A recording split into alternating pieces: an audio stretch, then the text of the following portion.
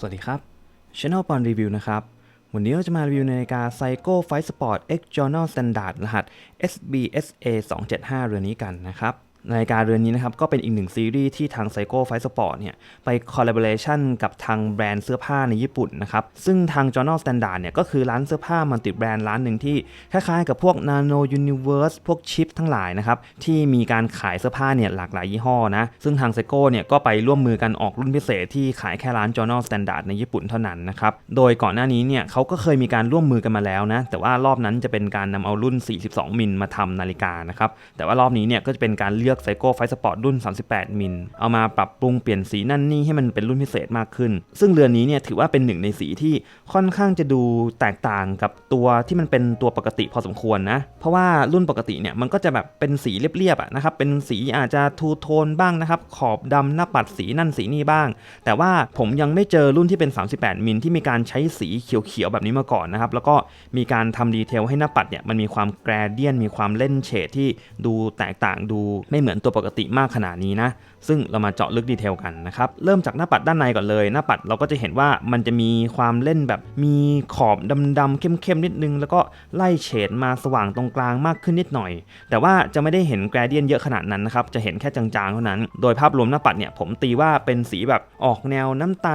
ลอมเขียวๆนิดนึงประมาณนั้นนะครับแล้วก็ตัวลูมเนี่ยจะเป็นลูมสีครีมเลยซึ่งจะตัดกับตัวสีหน้าปัดมากๆแล้วก็ด้านล่างจะมีคำว่าออโตเมติกสีแดง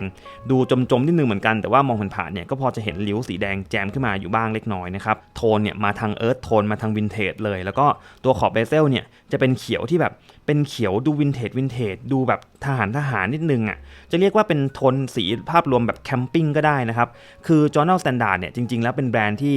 โทนเสื้อผ้าเขาที่เขาเลือกมานะมันก็จะแนวแบบออกแนวเอิร์ธโทนอยู่บ้างไม่ได้หวือหวาไม่ได้มีความเล่นสีสันที่มันกระโดดอะไรอยู่แล้วดังนั้นโทนสีนี้ของนาฬิกาผมว่าก็ดูเข้ากันดีกับธีมของแบรนด์เขานะครับและยิ่งช่วงนี้เนี่ยกระแสแคมปิ้งแนวแบบ outdoor เนี่ยมาแรงมากๆด้วยนะครับนาฬิกานี้มันก็เลยมาคู่สีธีม outdoor ได้เลยไปด้วยกันได้ดีเหมือนกันนะครับแต่ว่าวัสดุต่างๆนานาเนี่ยก็ยังเป็นแนว Seiko Fight Sport อยู่นะยังไม่ได้พรีเมียมมากกระจกก็ยังเป็น Hard Flex อยู่นะครับป้องกันรอยขีดข่วนได้ประมาณนึงยังไม่ได้เยอะมากแล้วก็การตัดแสงก็ถือว่ากลางๆนะครับบางมุมก็ดูเคลียร์บางมุมก็สะท้อนเยอะอยู่ถือว่ายังไม่ได้ดีเวอร์อะไรส่วนขอบเบเซลเนี่ยก็หมุนแบบสมูทนะครับตามสไตล์ Seiko Fight Sport เลยคือแบบไม่ได้เน้นดำน้ำจริงจังอะนะครับดังนั้นเขาก็จะทำมาไม่ได้แข็งมากเหมือนกับนาฬิกาดำน้ำตระกูล Prospect นั่นเองนะครับวัสดุเบเซลก็เป็นอลูมิเนียมชัดเจนนะครับดูด้านๆสะท้อนแสงนิดหน่อยนะครับพอเห็นริ้วๆอยู่บ้างแต่ก็ไม่ได้ชัดมากนะครับส่วนตัวเคสเนี่ยมาในสไตล์ SKX 013เลยก็คือเป็นทรงที่มีมานานละนะครับแล้วก็ไซส์เล็กๆไม่ได้ใหญ่มากเม็ดมะยมก็ขยับไปตรงสีนาฬิกาเพื่อให้ตรงนี้มันขยับข้อมือได้โดยที่เม็ดมะยมเนี่ยมันไม่ไปชนข้อมือนะครับส่วนตัวเครื่องก็เป็นตระกูล 4R36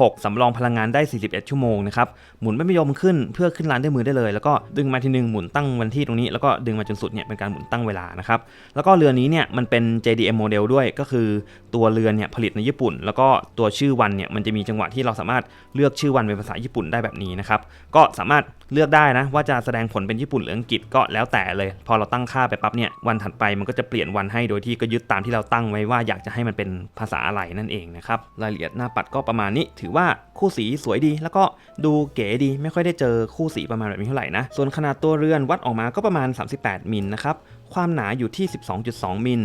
ส่วนลักทูลักค่อนข้างจะสั้นเลยนะครับไซส์นี้มันใส่ง่ายอยู่ละอยู่ที่ 42.6 มิลเท่านั้นน้ำหนักของเรือนนี้ชั่งออกมาอยู่ที่116กรัมส่วนตัวลูมก็เป็นลูมิไบต์ที่มีความสว่างมากๆนะครับเข้าที่มืดนี่คือเรืองแสงขึ้นมาจริงๆระดับนาฬิกาดำน้ำเลยนะแต่ว่าสเปคเนี่ยอาจจะไม่ได้เน้นดำน้ำขนาดนั้นนะครับแล้วก็ฝาหลังโชว์คำว่า Journal Standard มาแบบนี้นะเป็นฝาหลังที่แบบเหมือนจะทึบๆหน่อยนะครับลมดำมาแล้วก็เห็นพวกตัวเครื่องนิดนึงจางๆซึ่งผมว่าโอเคนะคือเครื่องของ Seiko Fight Sport เนี่ยมันไม่ได้เป็นเครื่องที่เน้นความสวยงามอยู่แล้วนะครับสีมันจะเงินเรียบๆอ่ะก็ปิดมาแบบนี้เท่ดีแล้วก็มีเขียน Made in Japan ด้านบนด้วยนะครับแล้วก็ด้านล่างตรงนี้เนี่ยจะมีระบุตัวเลขมานะครับก็เรือนนี้เนี่ยผลิตมา300เรือนมีเขียนไว้ตรงนี้ส่วนตัวสายก็เป็นสายที่มาแนว Standard เลยนะครับคือไม่ได้ดีเวอร์ขนาดนั้นแต่ก็ไม่ได้แย่เหมือนกับพวกเหล็กพับชัดๆอะไรแบบนั้นนะน้ำหนักก็มีอยู่ประมาณนึงแต่ก็ไม่ได้รู้สึกว่ามันแน่นมันตันมากเท่ากับพวกสาย Oyster ของนาฬิกาแพงๆนะครับ นะครับบัคเกิลก็มาแนวบอบบางนิดนึงนะครับบานพับมาบางๆเลยแล้วก็ตัว Micro Adjust เนี่ยมีมาให้2รูซึ่งผมว่าอาจจะน้อยนิดนึงอยากได้สัก3รูน่าจะโอเคกว่านะครับ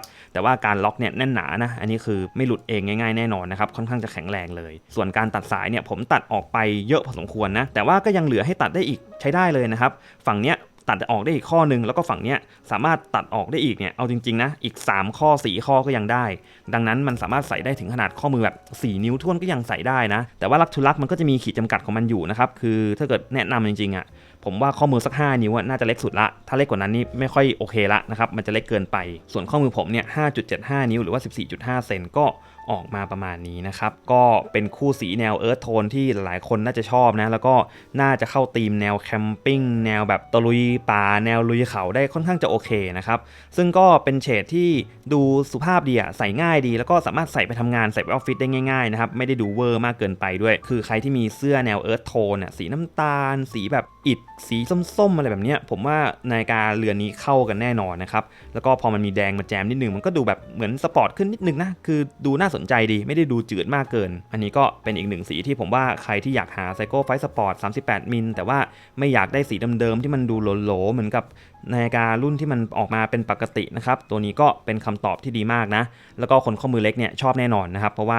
มันก็ฟิตติ้งดีกว่า42มิลเยอะนะครับคนละเรื่องเลยอันนี้ใส่สบายกว่ามากๆแล้วก็มันไม่รู้สึกถึงความกวนความถ่วงข้อมือเลยใส่ทั้งวันได้สบายมากเลยก็เป็นอีกหนึ่งสีที่น่าสนใจดีสำหรับซีรีส์นี้นะครับโดยราคาของเรือนี้เนี่ยจะอยู่ที่ประมาณ 40,000 กว่าเยนนะครับอันนี้ซื้อจากญี่ปุ่นนะเท่าที่ดูแล้วเนี่ยในไทยไม่มีคนนำเข้านะครับถ้าอยากได้เนี่ยต้องซื้อจากพวกเว็บที่เขานำเข้ามาโดยตรงหรือแบบมีการบวกราคาอะไรกันไปก็อาจจะอยู่ที่ประมาณหมื่นต้นๆหมื่นกลางๆแถวๆเนี้ยแต่ถ้าเกิดมีโอกาสได้ไปเองเนี่ยก็ไปลองหาซื้อได้ที่ร้าน Journal Standard นะครับร้านเขาจะไม่ได้หาได้ง่ายมากนะเพราะว่ามันจะมีแค่บางเมืองบางโลเคชันเท่านั้นน่ะก็ลองเสิร์ช Google ดูว่า Journal Standard ซึ่งต้องหาจากร้าน Journal Standard ปกตินะมันจะมี Journal Standard ที่เป็นของผู้หญิงเท่านั้นอะไรแบบนี้ก็จะไม่มีเรือนนี้นะครับยังไงก็ลองไปหากันดูได้นะครับสำหรับรีวิวนี้ก็ประมาณนี้นะครับ